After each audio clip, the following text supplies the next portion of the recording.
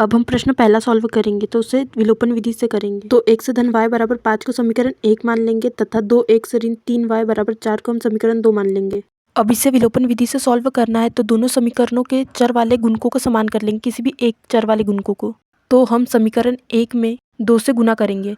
तो हम 2 से गुना करेंगे तो दोनों समीकरण में x चर वाले गुणक समान हो जाएंगे। समीकरण 1 में 2 से गुना करेंगे तो हमें नया समीकरण प्राप्त होगा 2x धन 2y बराबर 10। इसको समीकरण 3 मानेंगे। अब अगली स्टेप यह रहती है कि किसी भी एक चर को विलुप्त करना है, तो जब विपरीत चिन्ह रहेंगे तब एक चर विलुप्त होगा। तो समीकरण के अकॉर्डिंग हम या तो घटाएंगे या जोड़ेंगे। तो यहाँ समीकरण 2 से समीकरण 3 को घटाने पर तो हम समीकरण 2 और 3 लिख लेंगे। अब यहाँ पर हमें घटाना है तो समीकरण दूसरे के पूरे चिन्ह बदल जाते हैं। तो यहाँ पर धन का चिन्ह तो ऋण होगा, यहाँ पर धन का चिन्ह तो यहाँ ऋण होगा तथा यहाँ धन का चिन्ह तो ऋण होगा। दोनों सेम चिन्ह है तो कट जाएंगे और यहाँ ऋण का चिन्ह है तो ऋण ऋण धन होगा तो ऋण 5 आएगा और 10 में से 4 जाएंगे तो ऋण 6 आएंगे। तो दोनों चिन्ह कट जाएंगे तो y का मान निकालना है तो हमें y का मान 6/5 प्राप्त होगा। अब y का मान समीकरण 1 में रखने पर तो हम समीकरण 1 लिखेंगे।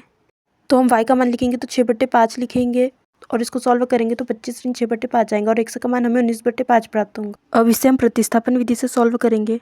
अब हम किसी भी एक समीकरण से x और y का मान ज्ञात करेंगे। तो यहाँ पर हम समीकरण 1 से x का मान ज्ञात करेंगे तो x बाहर आ जाएगा और बाकी संख्या पक्षांतर होंगी तो 5 ऋण y आएगा। इसको समीकरण 3 मानेंगे। अब हम समीकरण 3 से x का मान समीकरण 2 में रखेंगे। तो हम समीकरण 2 लिखेंगे।